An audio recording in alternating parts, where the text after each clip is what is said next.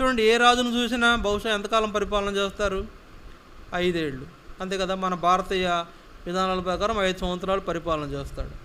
లేకపోతే మహా అయితే ఒక 10 ఏళ్ళు 15 ఏళ్ళు చేస్తాడు, అంతే కదా.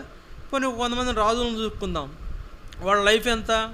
వాళ్ళ లైఫ్ యావరేజ్న 80 వేసుకోండి, బహుశా వాళ్ళు ఒక 60 సంవత్సరాలు పరిపాలన చేసి ఉంటారు. అంతకంటే మించి పరిపాలన చేసిన వాళ్ళు ఈ లోకంలో ఎవరు లేరు. ఆ పరిపాలనలో కూడా ఎన్నో లోపాలు ఉన్నాయి, ఎన్నో హెచ్చుతగ్గులు ఉన్నాయి, పేదలకు సరిగ్గా న్యాయం చేయలేని పరిస్థితులు ఉన్నాయి. అయితే యేసు ప్రభు రాబో దినాల్లో 1000 సంవత్సరాలు పరిపాలన చేయబోతున్నాడు.